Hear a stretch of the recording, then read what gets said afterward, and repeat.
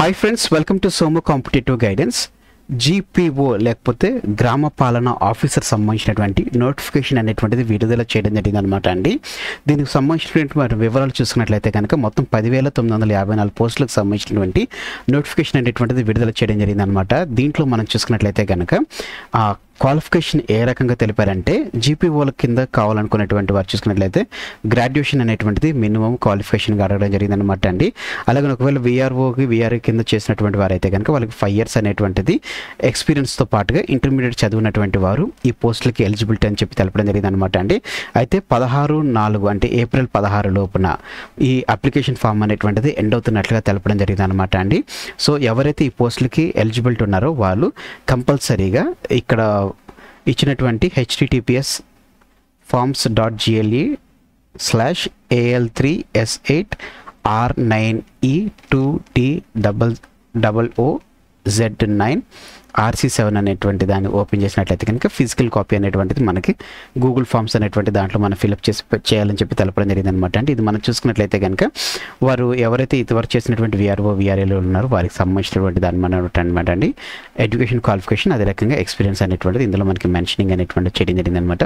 వారికి సంబంధించినటువంటి డీటెయిల్స్ అనేటువంటిది ఇందులో వేయడం జరిగింది అనమాట.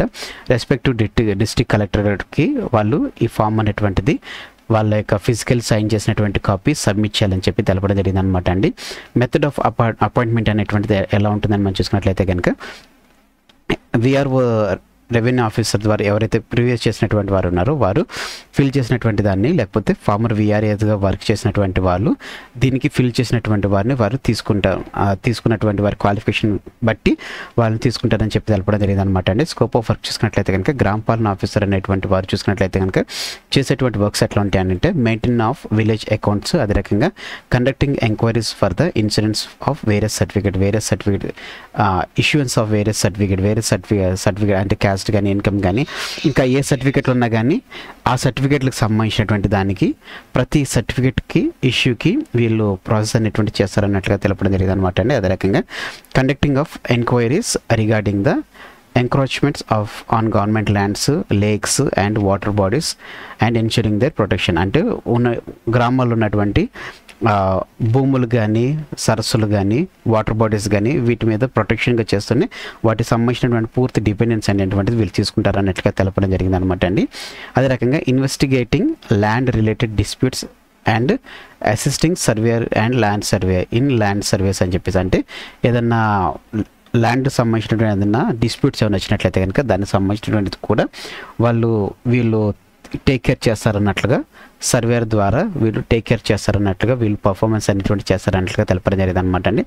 Performing duty related to disaster management and providing essential emergency service. ఏదైనా ఒకవేళ ఏదైనా డిజాస్టర్ వచ్చినా కానీ ఎసెన్షియల్ ఎమర్జెన్సీస్ ఏమైనా వచ్చినా కానీ దానికి సంబంధించినటువంటి డ్యూటీస్ అనేటువంటిది వీరు చేస్తారనమాట. లైక్ వైజ్ మనం చూసుకున్నట్లయితే ఏదైనా భూకంపాలు వచ్చినా కానీ, లేకపోతే వరదలు వచ్చినా కానీ, అతి భారీ వర్షాలు వచ్చినా కానీ, సో వాటికి సంబంధించినటువంటి మేనేజ్మెంట్ అనేటువంటిది వీరు పర్ఫార్మింగ్ చేస్తారని చెప్పి తెలపడం జరిగింది.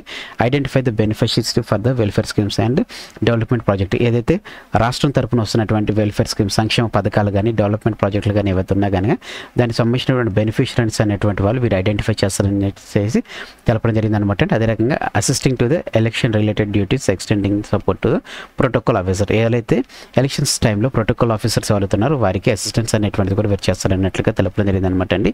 Coordinating with departmental officials at the village clusters and mandal levels. ఎవరైతే ఇంటర్ డిపార్ట్మెంటల్ అఫీషియల్స్ ఉంటారో వారికి కోఆర్డినేటింగ్గా వీళ్ళు ఉంటారనమాట. అది విలేజ్లో కానీ, క్లస్టర్స్లో కానీ, మండల్ లెవెల్లో కానీ వీళ్ళు ఉంటారని చెప్పి తెలపడం జరిగింది అనమాట అండి.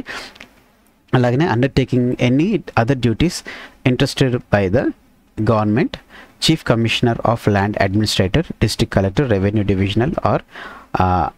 డివిజనల్ ఆఫీసర్ ఆర్ తహసీల్దార్ ద్వారా కానీ, డిస్ట్రిక్ట్ కలెక్టర్ ద్వారా కానీ, ల్యాండ్ అడ్మినిస్ట్రేటర్ ద్వారా కానీ, లేకపోతే చీఫ్ కమిషనర్ ల్యాండ్ అడ్మినిస్ట్రేటర్ ద్వారా వచ్చినటువంటి వాటిని వీళ్ళు ప్రతి డ్యూటీస్ని వీరు అండర్టేక్ చేస్తారని చెప్పేసి తెలపడం జరిగింది అనమాట. అంటే వీళ్ళు ముగ్గురు కింద పనిచేసేటువంటి వారు ఉంటారనమాట అండి. వీరు చూసుకున్నట్లయితే కనుక chief commissioner of land administration దగ్గర డిస్ట్రిక్ట్ కలెక్టర్, అదే రకంగా రెవెన్యూ డివిజనల్ ఆఫీసర్ లేకపోతే తహసీల్దార్ వీళ్ళ కింద వీరు వర్క్ చేస్తారని చెప్పి తెలపడం జరిగింది అనమాట అండి. సెలక్షన్ ప్రాసెస్ చూసుకున్నట్లయితే కనుక ఎలిజిబిలిటీ కమ్ స్క్రీనింగ్ టెస్ట్ అనేటువంటిది కండక్ట్ చేస్తారన్నట్లుగా తెలపడం జరిగింది అనమాట అండి.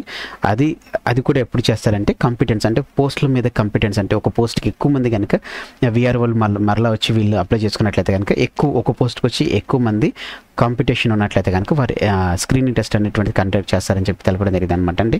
లేకపోతే పోస్టల్ వైజ్గా ఒకవేళ అప్లికేషన్స్ వచ్చినట్లయితే కనుక వారిని యాజిటేజ్గా తీసుకుంటారని చెప్పి తెలపడం జరిగింది అనమాట అండి. అలాగనే skills related to the affirmation responsibilities to ensure the efficient ఏమన్నా టెస్ట్స్ ఉన్నా కానీ వారి ఏదైతే ఈ వర్క్ సంబంధించిన అండర్టేకింగ్ వర్క్ సంబంధించినటువంటి ఏదన్నా దానికి సంబంధించిన స్కిల్ టెస్ట్ అనేటువంటిది కూడా కండక్ట్ చేస్తారని చెప్పి తెలపడం జరిగింది అనమాట అండి. అథారిటీ ఫర్ సెలక్షన్ అపాయింట్మెంట్ చూసుకున్నట్లయితే కనుక గ్రామ పాలన ఆఫీసర్ అనేటువంటి వాళ్ళు చూసుకున్నట్లయితే chief commissioner of land administration సంబంధించినటువంటి వారి అండర్టేక్లో వీరి సెలక్షన్ ప్రాసెస్లోనే వీరు సెలెక్ట్ అవుతారని చెప్పి తెలపడం జరిగింది అనమాట అండి. సో తెలంగాణ గవర్నమెంట్ హైదరాబాద్ దీన్ని అలొకేట్ చేస్తారనమాట. వివిధ డిస్ట్రిక్ట్స్లో ఉన్నటువంటి ఆ డిస్ట్రిక్ట్ సంబంధించినటువంటి వారిని అలొకేట్ చేస్తూ డిస్ట్రిక్ట్ కలెక్టర్ కన్సర్న్ తీసుకుంటూ వీరిని అపాయింట్ చేస్తారని చెప్పేసి మనకి తెలపడం జరిగింది అనమాట అండి.